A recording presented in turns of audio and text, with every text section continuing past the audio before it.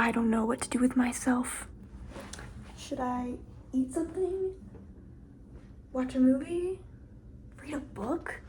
I haven't read a book since I was 15. Maybe I should start. I might just finish it by the time they arrive. It's taking them ages. It's been a mad week. I mean, you couldn't make it up, really. I'm sure you want to hear all about it. Well, let me grant you that wish. It all started on Saturday night. I was with my friends, all 4 of them to be exact, all female and all fantastic. You know how these Saturday evenings go. Something to eat, go to a bar, have a few drinks, and end up in a nightclub till 6 in the morning. Oh, and you pull a few people along the way. Well, that night wasn't like that, as we spent it here, in my apartment. One of them had just broken up with her girlfriend, and she didn't fancy going out, so we decided to ask each other some questions, and we all had to answer honestly. Well, some were quite rude and not to be repeated here, and some answers were illegal, and the other half were downright impossible. So I wrote them in my notebook, just for reference, of course. Anyway, one question was asked. What is your guilty pleasure? Good question, I thought. Clean, personal, not too smutty. They all confessed to their own quirky, guilty pleasures, and then it was my turn. Well, I was stumped. I didn't have one. I mean, how sad is that? I thought long and hard and didn't have a single one. Not to worry, they said. Oh, but I did worry. So I told them I would carry out every one of their guilty pleasures over the coming week.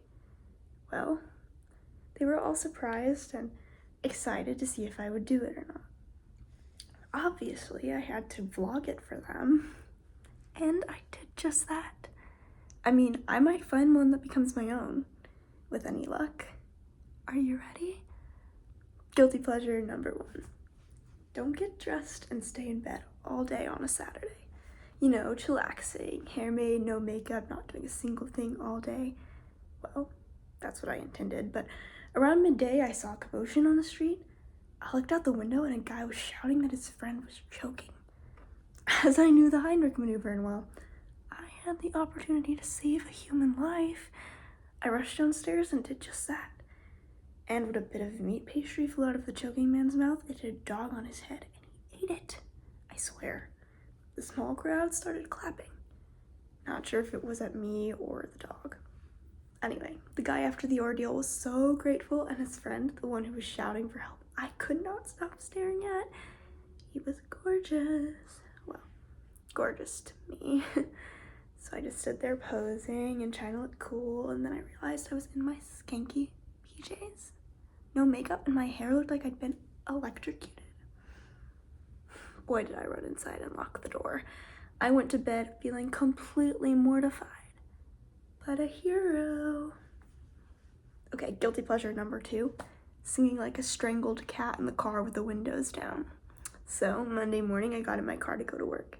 It's a 45-minute ride, so I thought that would be a sufficient amount of time to torture my soul.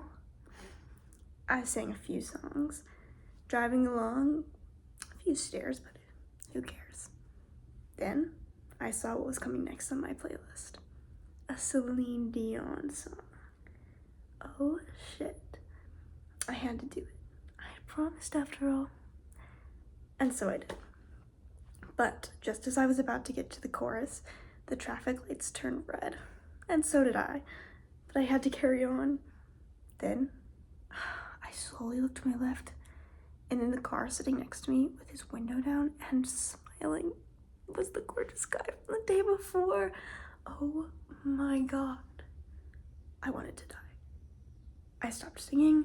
I think he was about to say something, so I drove off as fast as I could. I was mortified. Again! I rented sick that day. Guilty pleasure number 3, ordering and eating multiple cream cakes in a bakery without any guilt, just because I can. I mean, the friend who said this one looks great, so I don't think it's true. Anyway, Wednesday after work, I spotted a lovely English tea room nestled in the corner of a back street, so I thought, perfect. I went in there and ordered 3 huge cream cakes. I thought about ordering 3 teas as well to make it look like my pin stood up, but that would defeat the task, and I have to say they looked amazing. It was so busy as well, so no one really noticed me until there was a changeover for the staff, and the guy that came in was a gorgeous guy. I just stared at him, my mouth full of cake and my phone in front of me, filming it. I tried to swallow as fast as I could because he'd seen me. He must have thought, what the fire cake? I must have died right then and there, and oh no, not because he asked me how the cakes were, but because he was English. Oh, you're English? I said. I quickly told him the cakes were delicious, and he said they were his mom's recipe. He and his brother owned the tea room. Of all the joints, eh? So now I know he's English. Let's call him Maximilian. Makes him sound so gentlemanly. It's so rugged and rough. You know? Anyway, he told me he never did thank me properly for saving his friend's life. And also, he thought I had a very unique singing voice. I was just about to ask him if he wanted to go out for a coffee, but then a staff member called him over because the coffee machine wasn't working. Ironic, I know. He excused himself, so I waited. But then, to my horror, I saw my boss walking in with his wife. I couldn't let him see me, as I'd been off sick the day before, remember? I ran in sick, with diarrhea of all things.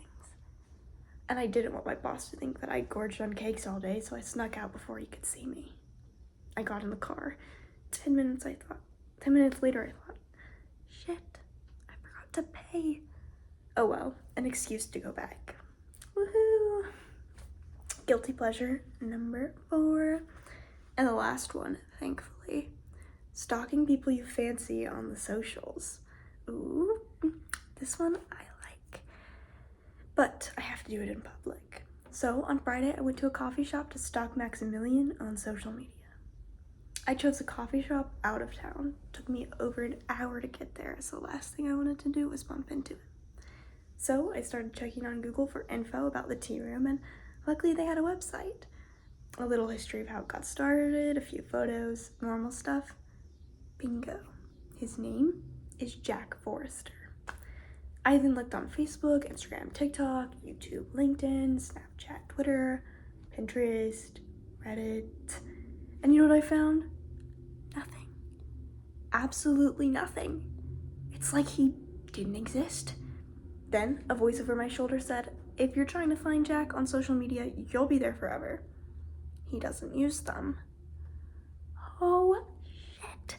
I turned around and it was the guy whose life I'd saved a few days ago. Out of the blue, he hugged me. And he hugged me tight. Thank you from the bottom of my heart, he said. Well, actually, he was British, so it was like, thank you from the bottom of my heart, he said. You're very welcome, I said, quite taken aback. He sat down next to me and we chatted for ages. He told me why Jack basically didn't exist on the socials. His brother had been stalked big time a few years ago. Apparently, the woman who did it made his life like hell. She's in prison now, as she turned up at his brother's flat, armed and ready to use a weapon. Oh my god. I was shocked.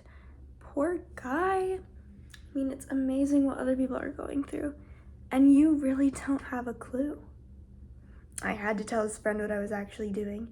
He found it funny and weirdly leaning towards fate that I kept bumping into Jack.